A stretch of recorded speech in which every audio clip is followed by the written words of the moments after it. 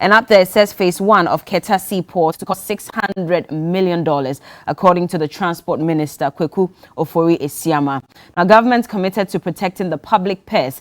This is from the presidency, and we had Eugene Ahin, who is the Director of Communications at the presidency, responding to this, and a number of other things as well. He says former President Mahama should take a chill pill, and he was also responding to the Catholic Bishop conference and the fact that they said that unfortunately the economy was going in the opposite direction and the public purse was not being protected. He says that they have to come out with data and facts to back their claim. YEA Artisan Directory Platform to recruit 200,000 youth by 2023 and 1,166 drivers without license arrested between January and October this year. On to the Daily Graphic, and there's a photo of Mr. Ken Ofori-Atta, the finance minister, who's expected to deliver the 2022 budget statement in Parliament next Wednesday. And it says 2022 budget preview include exit taxes, CSOs, advocates. Former President Mahama says no more taxes. We're done with that. And I mean, it's really affecting us as a nation.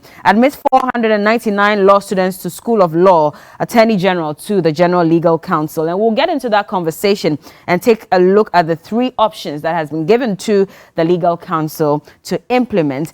Public purse secure, Eugene Ahin, that's on page 16. Daily Guide, no judgment debt against Ghana, according to Godfred Yeboah-Dame, the Minister of Justice and Attorney General. 620 million Ghana cedis capital bank case. Atu Asian weeps in court. Nana takes leave, responds to Bishop's state burial for Ampedu. And Attorney General offers law school admission suggestions. That's on page 6. And finally, road toll issues dominate budget preview. On to the Daily Statesman. President leads delegation to UNESCO. You embody corruption. NPP fires John Dramani Mahama, former president of the Republic of Ghana. And this press conference was led by NPP Communications Director Yabua being at Samoa yesterday. Akufo-Addo still protecting the public purse, says Eugene Ahin, and stakeholders propose interventions for transport sector. And finally, the Ghanaian Times, Keta Seaport project to take off in Q3 of 2022, according to the Transport Minister. Young entrepreneurs to get massive boost in 2022, according to Information Minister Kojo Nkrumah. LGBTQI plus bill. Opponents come face to face before Parliament. That happened yesterday with some MPs saying that there was some level of disrespect given to them during the conversation based on what Professor Ikwesi Prempeh had to say about the bill. Remember that he is an opponent of the bill, by the way. And President joined ex-servicemen to mark 76th Remembrance Day in Accra. Joining me this morning, I have lawyer Joyce Bawah-Muktari. She is a special aide to former President John Dramani Mahama. Good morning. Good morning. I thought we had missed you because usually we'll see you here on Thursdays. I know, I thought so too. So I wasn't expecting you this morning, but I'm glad that you're here. I hope you're well. Very well, thank Everything you. okay? Yes, please. All right. And also, Awal Mohammed is the PRO for YEA. He also joins us. Good morning. Good morning. Everything okay? Thank you so much. All right. Now, let's get into our first topic of discussion. And unfortunately, this will be 1 year since we marked the death of former President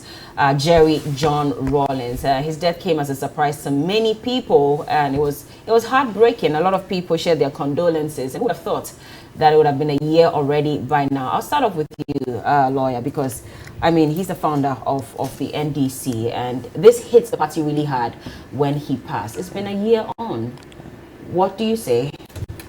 Well, I would say good morning to you, good morning to everybody who's watching us, and thank you for having me.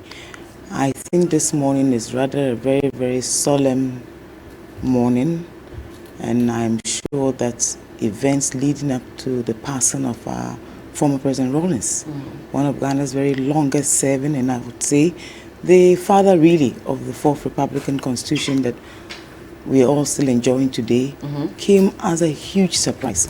I'm sure you recall the events leading up to his final passing, which actually was started by a funeral for his late beloved mother, and I believe that Ghanaians from all walks of life mourned him and mourned this great woman who gave us such a charismatic leader and son. Sadly, a few weeks after the events culminating in the burial of his mother, news about his own demise hit the country. I mean, from all angles, it was almost like a huge shock to just about everybody. I think everybody went very quiet for hours. And the rumor actually seeped through almost as if you'd wake up and it would be false. But unfortunately and sadly, that wasn't to be. I believe that former President Rawlings was actually larger than life, not just in his physical appearance, but in his charisma, his compassion, his dynamism.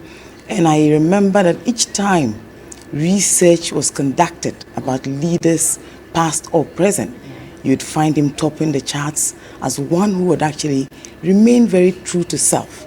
And Ghanaians had enormous respect and admiration for him. We all miss suddenly his voice, his laughter, his cautions, his advice. And yes, we all miss the booms that used to come every now and then. And I saw a video yesterday of him standing in the middle of the road, the traffic, absolutely, yes. I think around Pram Pram, on his way back from his own home in his constituency. And that actually encapsulates the personality that was former President Jerry John Rawlings. What's the general mood in the party today? Oh, I think it's very somber, like I said. It's a very solemn occasion indeed as we remember him. And I believe there are many events that will be commemorating the first anniversary, such as the church service today by the family at the Holy Trinity Cathedral. And President Mahama will actually be in attendance. And I also know that in the Volta region, the chiefs and people will likewise be, you know, sitting together this evening at a memorial to at least remember him and his good deeds. You do know how much he loved Ghana. He loved the Volta region. He loved the traditions of the Volta region. I've seen many videos since his passing of him dancing the Agbaja dance, singing beautifully to some very beautiful hymns in Ewe, and of course, his huge personality. I think his generosity of spirit, because you meet so many young people who he used to just hand out resources and money to, those he was looking for doctors to help. And when you speak with a lot of the persons who work closely with him, they'll tell you about his deep humanity, the generosity of spirit, his kindness, and his compassion. And I think for all of us who encountered him, he always exuded those qualities. And for me in particular, each time I was in the company of President Mahama and we met President Jerry Rawlings, you know, you'd be surprised how he'd walk right up to me and then he'd, you know, compliment you on something that you had on, something you said, you know. He had this deep admiration for young people, women in particular, and he would always find a way to say that little thing to encourage you, to inspire you, and just to get you to feel at home. I think that many people, even persons who were not necessarily of our party, had enormous respect for this great statesman that President Rawlings became years after he left office. And you notice that since 2000, right up to when he passed, nothing about him really had changed, except he was no longer president or head of state. I think that he lived more for the people even than for himself. And it's beautiful to watch his family also find ways to at least commemorate and cement his memory. And I believe that historians many years to come will continue to speak about their admiration and love for him. And his legacy, I believe, has actually found a seat in history. Well, I'll bring you in to also speak on the 1 year you know, commemoration of the death of former President Rawlings, before we even go to some of the things that he spoke of, which are currently happening now. Yeah, thank you so much. Good morning to our cherished viewers, and thank you so much for this opportunity. Yes, I think former President Rawlings has lived, and it's a life well lived. If you look at him, from transiting from being a military leader to a democratic leader, and a whole lot of things that he had done for this country. The longest serving president, he's fearless, energetic, and some of us who are young didn't even see the entire administration, but at least we saw the twilight of his administration between 96 and 2000. And this is someone who comes on the TV station when we're young. You watch him and you're happy to see your president talk, exude confidence and so on. So I was not really surprised when President Akufo-Addo said history will pass a very good verdict of his administration because of what he has nurtured, especially this fourth Republican democracy that he has nurtured.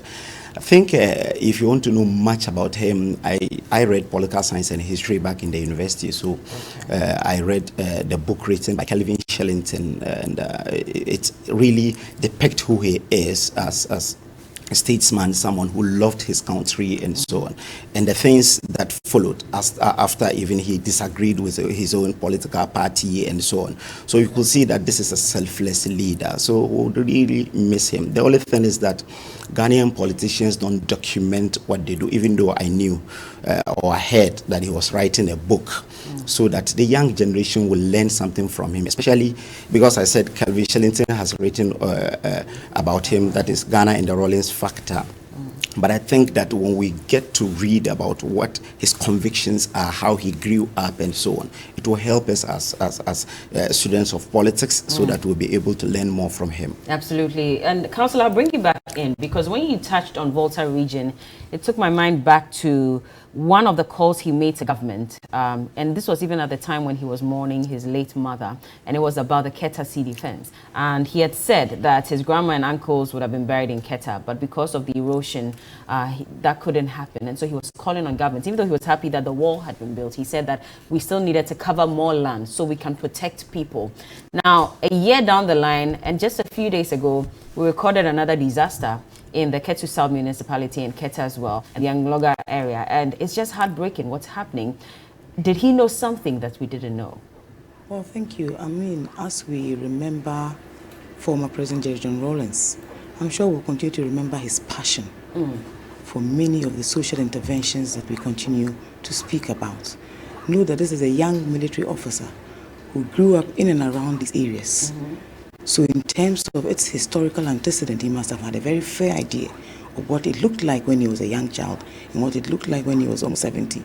So certainly he must have had a certain premonition that as the water lines receded, as we continued maybe to experience polluted waters, as we continued to experience the high tides, something of this nature was bound to happen. Don't forget that over the years, we've had occasions when the water has overflown its banks and affected communities in and around it. You know what I mean. But of course, as it has gone on gradually, and you know, you look around our coasts in Ghana, for example. I remember years ago when I tried to measure our continental shelf. You would stand probably along the bank of Jamestown in particular, and you see it very close to where you had the sea defense rocks. You should go there today, and you find that the line has receded considerably. That tells you that there's been a certain change also to the coastal line. And naturally, its concentrations will go to other places. Many reasons are ascribed for this, but remember that naturally also, these tides will happen every now and then. And I remember there were times when you'd see the seals that were in the whales being washed ashore, and people were wondering what was going on.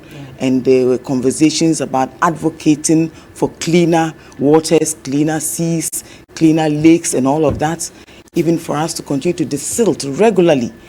And there are many activities in terms of salt production along these coastal communities. There's the fishing, there's the dumping of waste by vessels and other, unscrupulous persons and all of that. There's also our own practices. But be that as it may, there's a need also for us to continue to preserve and protect our coastal communities. Across the world, it is a blessing really to be a part of this common heritage of mankind, that is the sea. Countries benefit enormously, not just in terms of fishing, which feeds many of us, and is actually a huge livelihood also for many of us. But of course, coastal countries also help to save our landlocked neighbors, who depend on us also for the same things that the sea and the water bodies provide for us. Is a huge economic process. And most of these people who live along the coast are actually fisher folk. So they don't want to move too far. They want to live very close. But certainly it has always been a love-hate sort of relationship with these water bodies along which we all live.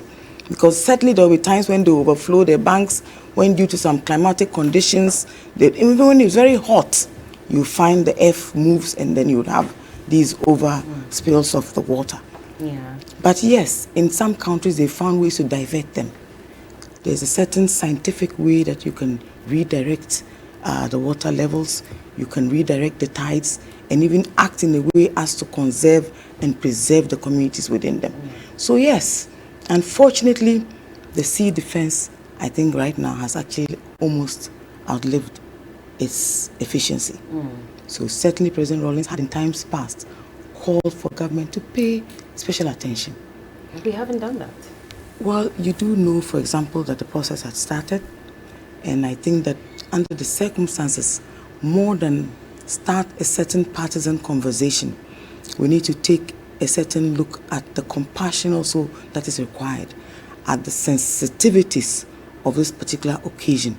Remember that we've always had little interventions along the coast and over the years.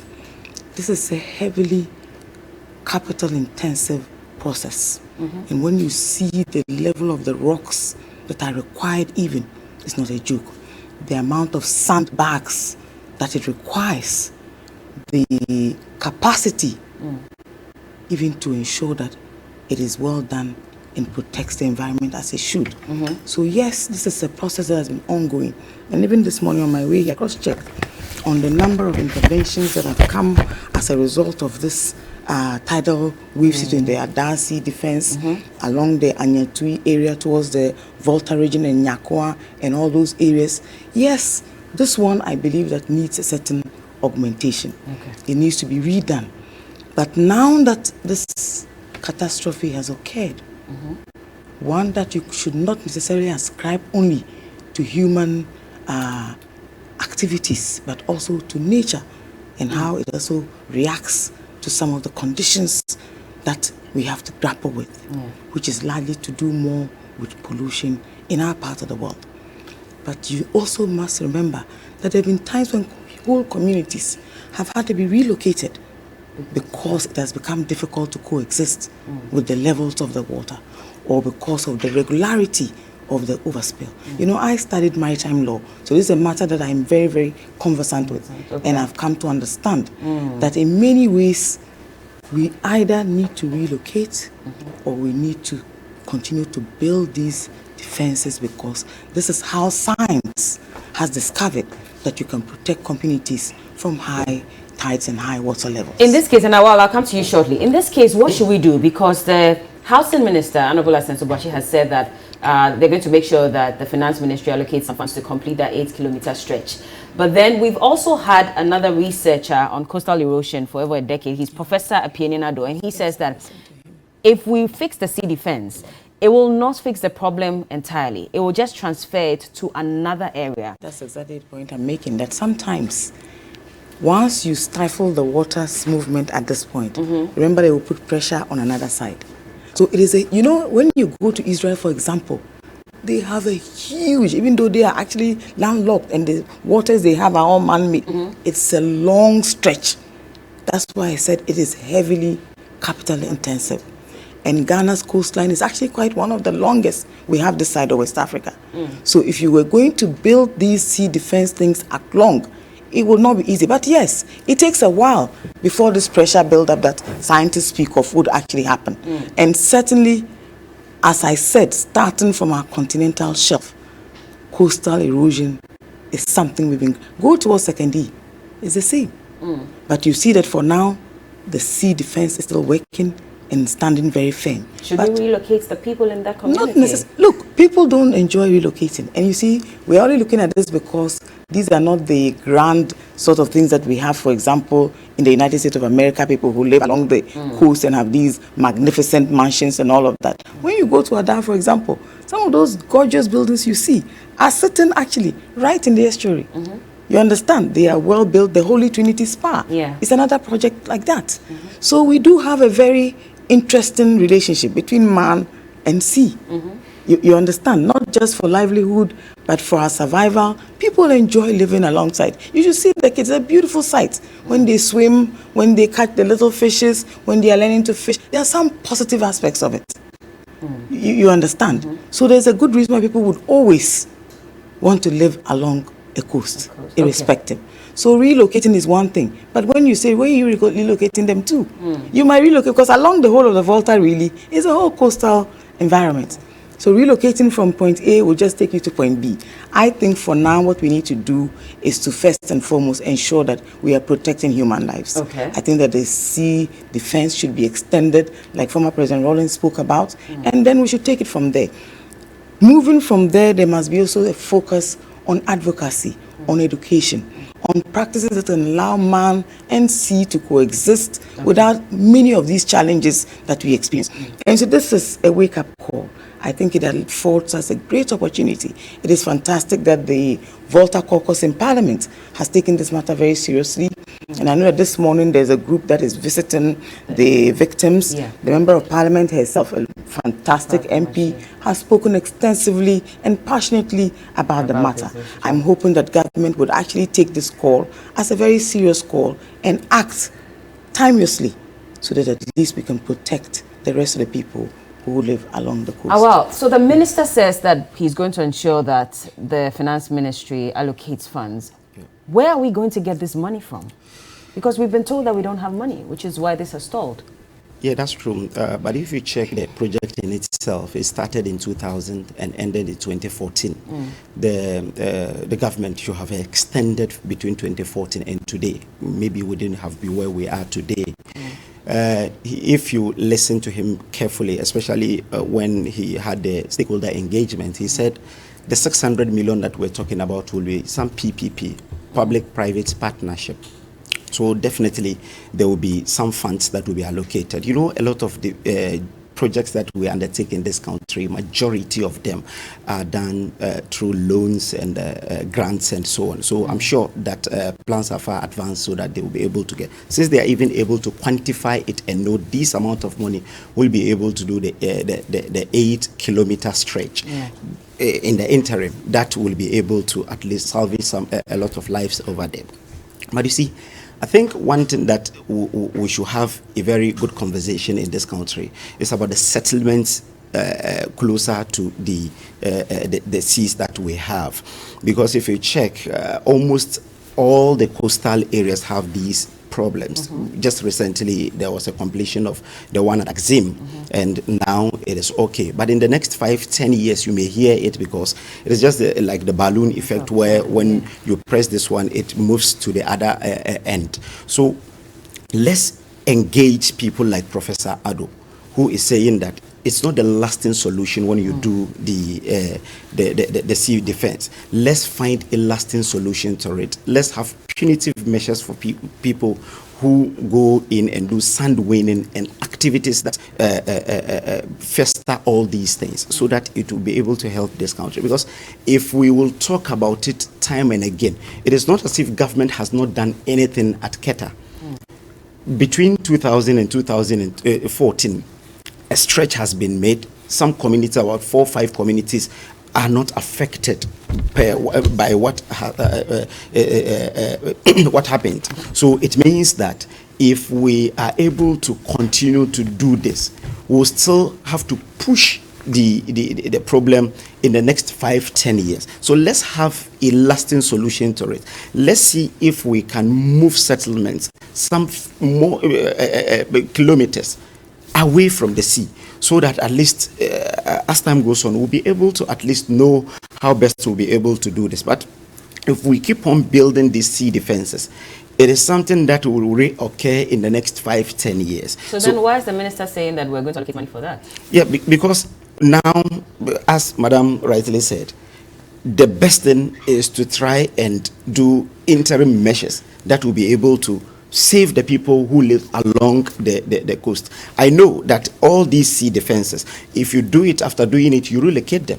They are given shelter, and so even at Keta, when you go there, there was relocation. Relocation happened that some people had places that they were living, but they do not like these places because it's almost far from the sea. They want to wake up early in the morning around 4 a.m. Then they will just embark on their journey, go fishing and so on. So that is the reason why they will want to live closer to it. But the minister is doing this as an interim measure. That's why I'm saying that as a nation, let's have a conversation on this. Because if in 2014 we just completed this, even though there is an 8 kilometer that is supposed to be completed that has not been completed. Which you had 6 years in power. Yes, but yes, but you see, as I said, the completion, the starting point was in 2000. It was completed in 2014. You came into power in 2016. 2016. Yes. So between 2014 and 2016, what happened there? It's been 5 years. Yeah, I'm saying that between 2014 and 2016. No, but between 2016, we're in 2021. Exactly what so. happened? This is what the government is doing. The commitment, saying that the Minister of Works and Housing is saying that he will make sure that at least the finance minister allocates some funds for them After in the 5 interim years. measures. But nation building is not an event; it's a process. That is why she said it's even capital intensive. You have to also look at other sectors of the economy. You don't just, because there is a problem, you just always center on one area of the economy.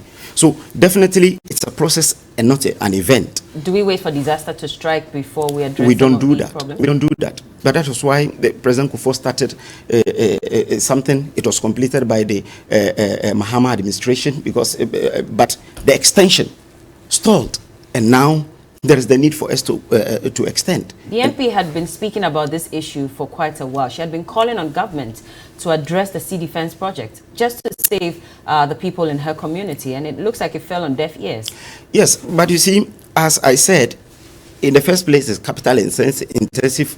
Again, it is something that needs a lot of feasibility studies. It needs 600 million. You even rightly mentioned that we are saying that we do not have the money. But what's the guarantee that we'll get it? Because it looks as if now there's a knee-jerk reaction because of what is happening. Now it is a priority. There was a stakeholder consultation yesterday by the Minister for Transport. Before then, it wasn't priority? It is, but if you check, disaster has struck. So definitely it should be on the front burner so that we're able to prevent that in the interim, so that we look at a lasting solution. When it happened? You said that in May, when it happened. But you know, on a more serious note, I think that sometimes maybe we overburden what government's priorities really are.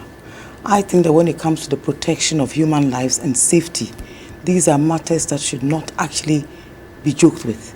You know, I've looked through and I realized, look at the Abuazi Coastal Works, the Mensagini Sea Defense Project, the Dansoma Coastal Protection Project, the Nkontompo Coastal Projects, the Inshirasu Coastal Projects, even the Adoko to Jifa and Amanyu Sea Defense Project, and of course the Sakomona one, which we all drive past every morning. You know, there are some things that may not necessarily be in your face. And now on my way here, I listened to the Volta Regional Minister, who also doubles as the security coordinating board chairman in the region. And I thought that his whole outlook on it was a bit, you know, almost as if he didn't want to engage, or thought that maybe the NDC was actually trying to, you know, I don't know what exactly he was trying to say. But you see, let's just admit that there's been an oversight, a huge error that has probably led to this unfortunate situation. And I think that when we speak about the level of wanton dissipation of government funds currently going on, a matter that now is actually almost taking over everybody's attention, we ought to remember that there are those soft things that need to be done at all costs. $600 million. I'm sure today would probably think it's a lot of money. But I know that before the MPP came into government, for example, they believed that these were monies that they could certainly find to be able to invest in some of these things.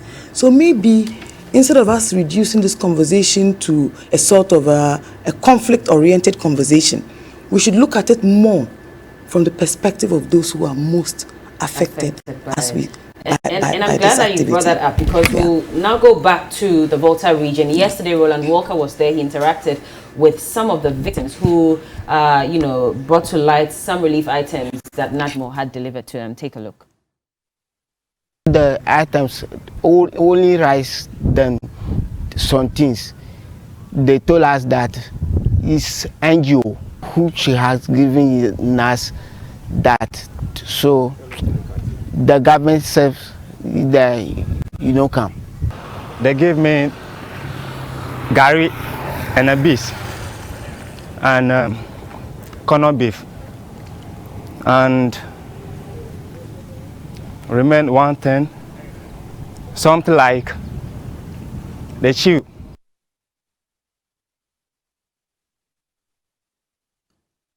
All right, so those were some victims, and they were, of course, letting us know what had been delivered to them. And shortly, we'll take a look at the list of items that Honorable Jifa Gomashi said was delivered to about 1,000 people in her community who were affected by it. But even before that, let's take a look at a chief who also spoke to Roland Walker yesterday, and this is what he had to say.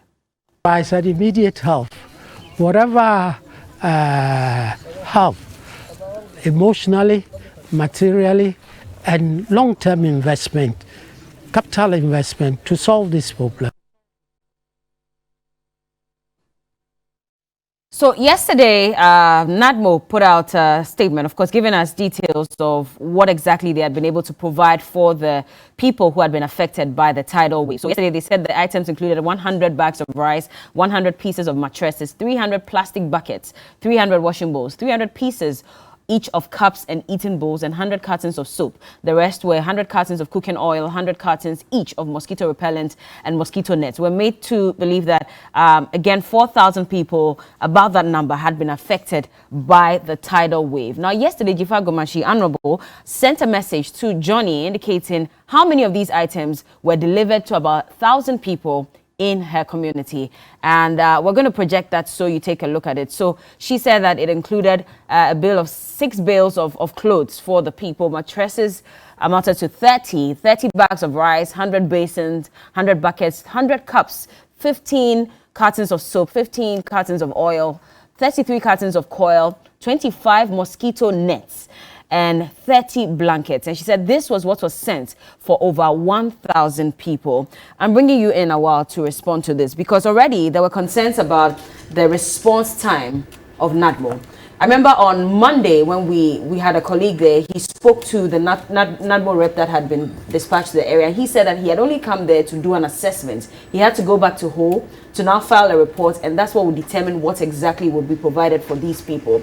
This was at a time when these people had nowhere to sleep, nothing to eat. They were literally sitting in the water, and that's what NADMO had to do.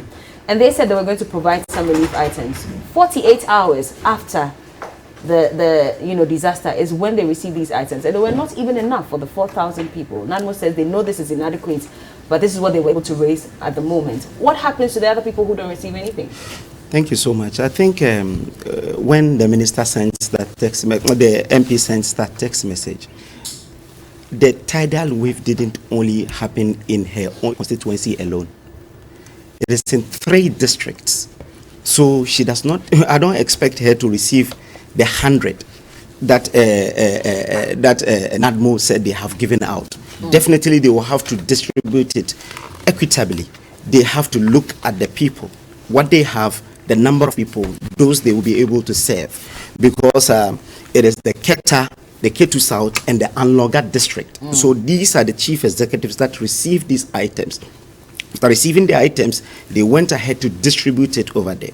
There is a broader conversation about the work of NADMO. There is no, since NADMO was established in the late 90s, I doubt if there is anywhere, any time that NADMO had ever responded the same day. But isn't that where the problem is? Yes. In fact, they're even supposed to mitigate it. Exactly so. But so, most times you find them coming in to do exactly fire service after. approach. Yes, it's after it is the disaster strikes that those over there will be able to see the extent, because you see they cannot just move with the items. They will have to do an assessment. So the officer you spoke to, that is what he's supposed to do. Disaster has strike. This is a national disaster management organization. They are relegated to the giving of relief items and so on. But before they even move into the community, there should be someone to do an assessment of what has happened. Then they will go to their warehouse. If they have some, they give it in the interim. So later they provide. When you did your interviews, I was thinking that at least you go to people who also got the blankets and so on, because I know NADMO, aside food, they give blankets, they give a lot of things, and they also make sure that they get shelter for them. It is the NADMO. But how many blankets will we even provide? You see, they will not be in a able to. community of 1,000 people, we're giving them just 30 mattresses. Yes. How are they supposed to survive? The 30 mattresses cannot be authenticated unless you cross-check from the but this is the officials. MP for the community. And I'm Why telling would you that the things that was sent there was sent to the district chief executives to distribute, not the MP. So maybe she only got the information from the people over there. She did not tell you where she got the information, but these are things that was sent in the constituency. She's she there. knows what they need. She's she there. knows the people. She's there, She but I'm knows telling you that the extent 100 of blankets that was sent, it was sent to 3 district chief executives to distribute. It is not enough. NADMO has never given enough. It has never happened. But that's where the problem is. Yes, but you see, disaster has struck. Do you know the extent of disaster that you buy food and keep it there? You remember when the vice president went and did a donation in WA? Later they said it turned out that the food in their warehouse, some were even expired. So you can't even buy all these things and keep it. That is the challenge. You can't buy food and keep it and feels that if the need be, you only go in. We envisage disaster, but you will not say that you go and buy rice and keep it in the warehouse in Keta. Mattresses don't expire. Mosquito nets don't expire. Bella, you know, I can understand my brother's constraint on this particular discussion, but what happened to tents? You understand? I think right now, if there's anything people who are displaced actually need, it's just shelter over their heads. I haven't heard that they've actually arranged. Look, maybe even giving them some facilities in some hotels just for the next few days will save us from this embarrassment of sharing rice and beans and all of these things. I'm sure that even as they are displaced, there are many family members who are willing to reach out. What they need critically at this moment is shelter, is toilet facilities, and of course healthcare, and maybe some level of therapy even as well. You know, I don't think we should actually reduce this to a conversation about what we have and what we do not have. I believe that NADMO itself is currently facing some serious financial constraints. I have seen NADMO in the past and I've seen their response teams. I've seen the level of the response. I think this one has largely been muted, because if you listen even to the member of parliament and even the chief who spoke, if they had received even a certain visit by some high-level government delegation, even that may have given them a certain modicum of comfort. But I think it appears there's a certain dereliction of duty under the circumstances. You know, we overemphasize the value of food. I think currently what they need, and we should be seeing maybe mobile toilet facilities. We should see, for example, tents coming up. Look, you can even reach out to other places and people will find a way to help you. I remember when Ebola struck years ago, there were efforts by other African leaders to support one another. Even with COVID, for example, there have been many conversations around ECOWAS, around the AU, what we'll do in the event that it hits us like it's done to other places. $600 million. I don't know if it's Ghana cedis or in dollars. I'm not sure what the minister was exactly. If we were to look out in terms of our expenditure, if we stop some of the profligate spending, for example, where we have, for example, in Keta, a director general, whom I've had many conversations and debates about this untenable position, who continues to earn a salary, but we still have not seen a port. And I don't know where administrators or managers even develop ports. That is a whole different. We've been told that the harbour will come. You understand? The transport minister was speaking on it. And so sometimes people, and I listen to the chief, you know, people need to see a certain tangible way of responding to crisis. I think that under the circumstances, government communicators sometimes can even eat humble pie, that things could have been handled better. Maybe a visit by the vice president, by the chief of staff, some high-level government delegation. But I'm sure that cannot replace. But they would give a set. They would see them sleeping in the open. They would see that the items that were given by NADMO, for example, were not enough.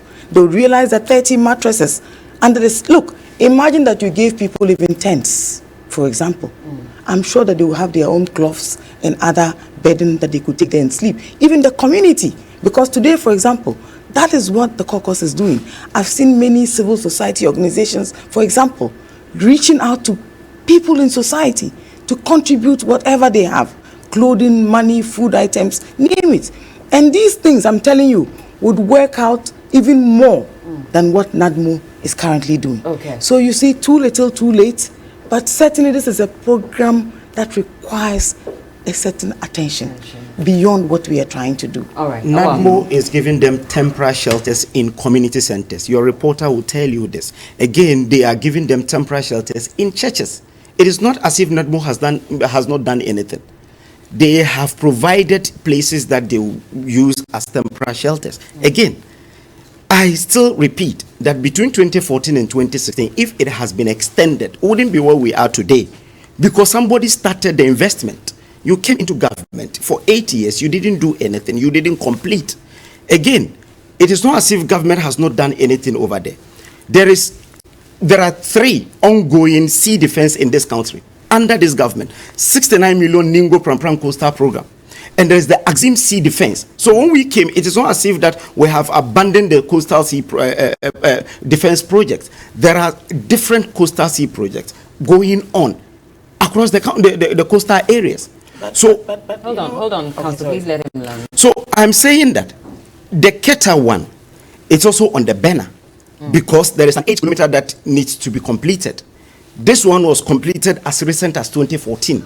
So we have to go into areas that have not also seen some before. Axim, the chief has said that they have been calling on this for a longer time. It started in 2018 and it is about 90 to 95% complete. The Ningo Pram started only last year.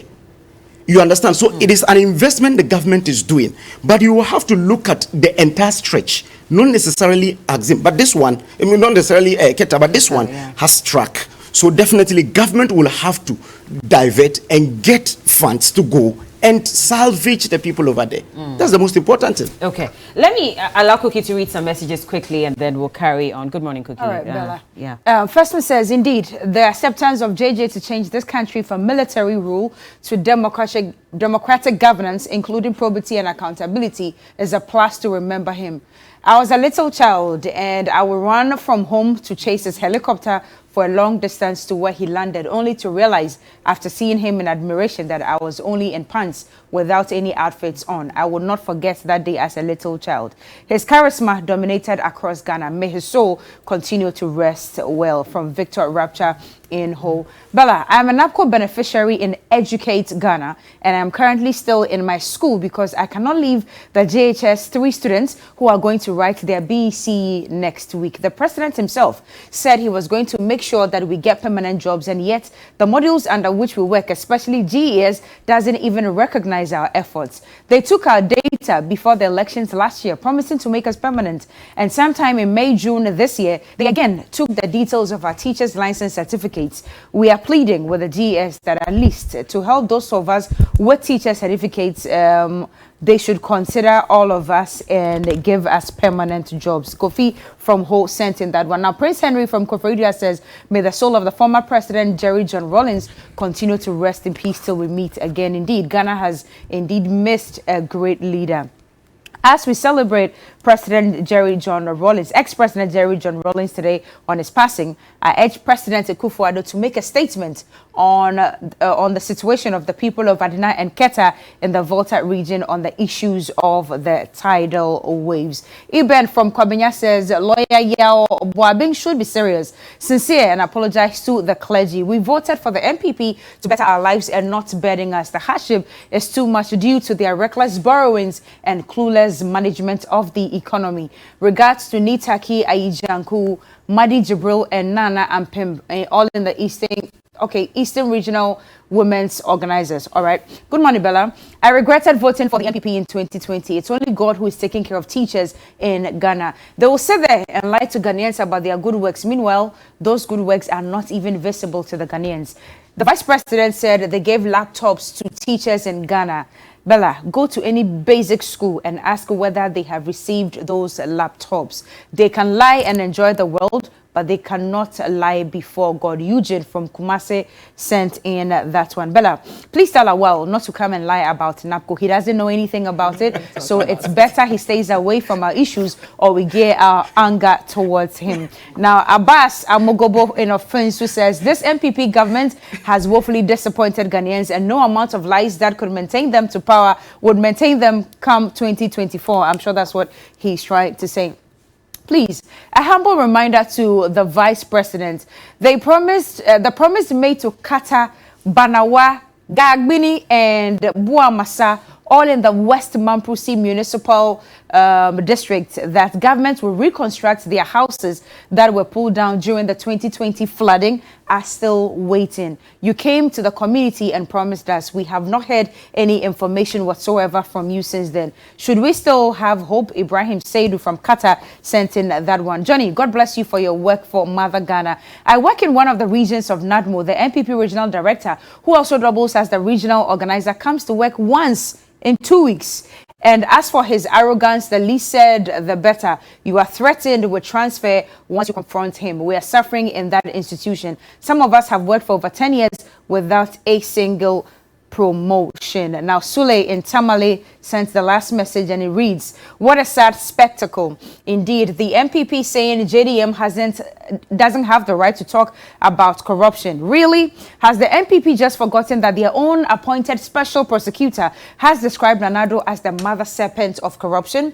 Under this MPP government, one can count over 30 high-profile corruption cases that the president has turned a blind eye to. Human rights and press freedom have equally suffered under this government, led by a president who is touted by his cronies as a human rights activist. What an irony. Simply, this is the worst government ever seen in our country, Ghana. Bella, over All right, to you. thank you so much, Cookie. And quickly, I'll just touch on the law school matter so we can get our guests to speak on it before we wrap up. So the Attorney General and Minister of Justice yesterday, Godfrey Dame, asked the General Legal Council to grant admission to 499 students who were denied entry into the Ghana School of Law. In the letter to the GLC, the Attorney General suggested that the students be admitted in November this year or in May 2022. So he made 3 recommendations that's supposed to be determined by the GLC. Says grant deferred admission to the 499 candidates with effect from May 22. A special provision can be made for the first year professional law course by candidates already admitted to run from October 2021 to April 2022. And the 499 candidates may undertake their program from May 2022 and end in November 2022. And then the second one, it says that there's a third one that says that they could write an exam that's supposed to prove, the inclusion into the admission so that they can finally get admitted by the GLC. Now, these law students are saying that they welcome this letter by the Attorney General. However, they don't think that it is fair to ask them to write this exam to, justify the inclusion. Lawyer, let me speak to you on this. Coco, just give me a few minutes. I thought you were going to allow me to actually react to some of the very unnecessarily partisan things that Awal was saying, Because of time, I wanted us to move but on. I just like to restate that, sometimes government needs to actually take a chill pill in using your own General Secretary's words and then, be a bit more apologetic. I think that for the promise that brought the MPP administration into office, listening to their spokesperson say the things that Awal is saying this morning leaves me with enormous anxiety. It tells you that they cannot feel the pulse of this nation. Maybe you are missing something you can cross-check on exactly what is happening on the ground. And it's not because I'm Joyce Bauer and I'm speaking. I'm speaking because Ghanaians are totally disappointed in this abysmal performance. NADMO, at least in times past, used to do better. Let's leave it that way. Regarding this matter to do with the law school, Bella, you do know that some persons were even admitted, even though they had not registered or written an entrance exam. Is that possible? Who would know? Is that possible? You and I would not know because we're not there. So these are allegations. Exactly. So there's a myriad of allegations. The president himself, when we listened to him clearly, said it was because there were challenges with what? Spaces for students. You understand? Mm. I think that the utter disrespect with which the Attorney General, the Honorable Dami, reacted to the motion that was moved by Parliament within itself was very flippant it was utterly disrespectful of the different arms of government and what they do. Parliament serves the interests of 275 constituencies in Ghana. So anybody can petition Parliament. And depending on the exigency of the day or the relevance of the matter, Parliament will pay attention.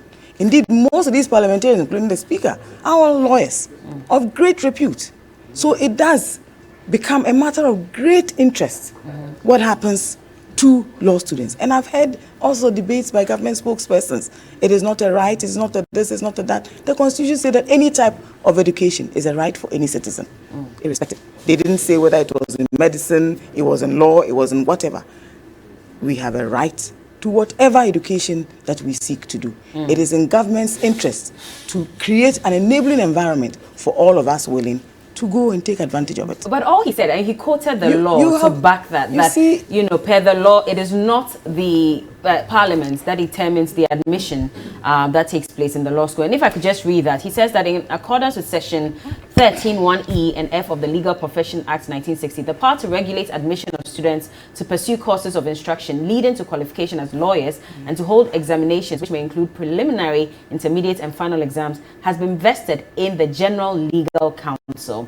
And then he further went on to say that, in my respectful opinion, this provision underscores the capacity of the executive, not the legislature, through the minister responsible for the GLC. Three things here, first and foremost. From my perspective as a legal practitioner or a lawyer, that first and foremost, only Parliament makes laws. At least all the laws we have emanates from Parliament, first and foremost. So I'm sure that if Parliament, within its own purview or remit, knows that this is above its pay grade, there will be no reason for Parliament to have this conversation. Remember that at the time when they were actually trying to pass the amendment to the Ghana Legal Council law, if you recall, there were petitions from many of these stakeholders, especially from the Law Students Union at the time. And so they've always been a very key stakeholder in these conversations. But looking at even the letter from the AG, it has 3 points, and I don't see where they even actually merge. In fact, I think that to put them all together, all he's saying is that the president has actually issued this directive, so the GLC should find a way to accommodate it. To ask them to go back and reset any exam of whatever nature, I think it's totally untenable and unconscionable. And of course, it will not be free. They pay huge sums of money to write these exams. The second thing is to do with whether or not they should be admitted. You said 50%.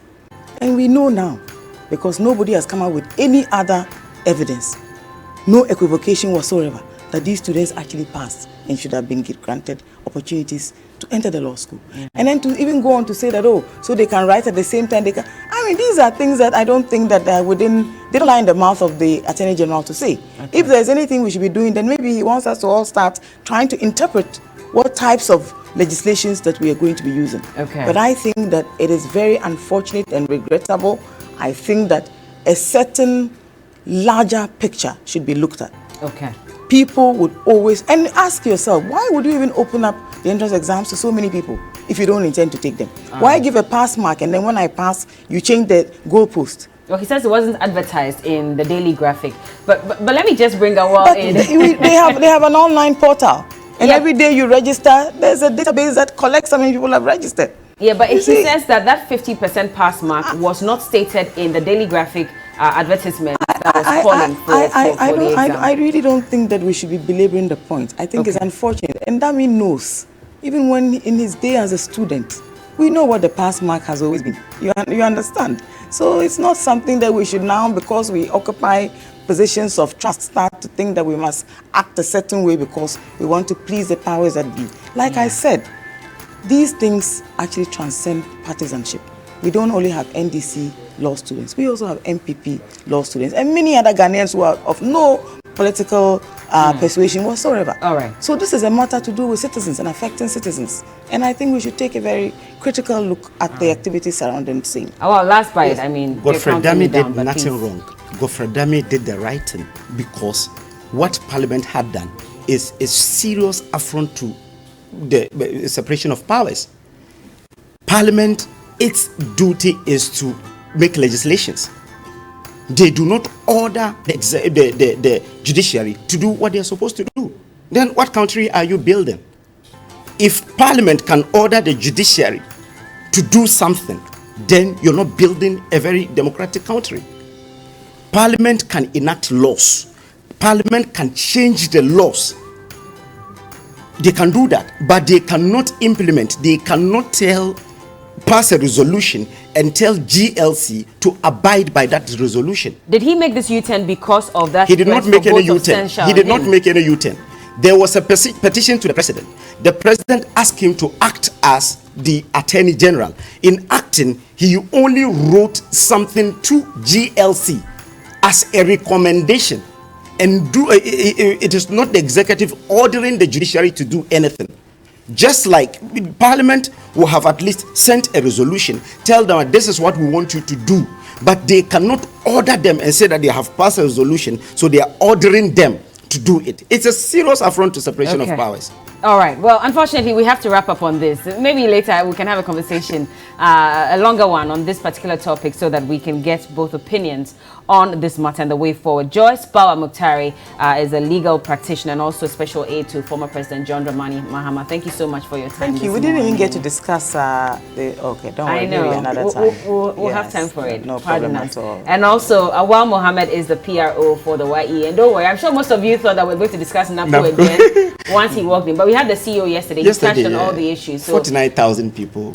That's contestable, highly contestable. But thank you so much for joining us. And a big thank you to Sheila Bonsu for styling me every Friday on the show. It's still TV3 New Day. We'll take a look at the LGBTQ, anti-LGBTQ bill that is now before Parliament and the debates that has started on whether the bill should be passed or should be amended.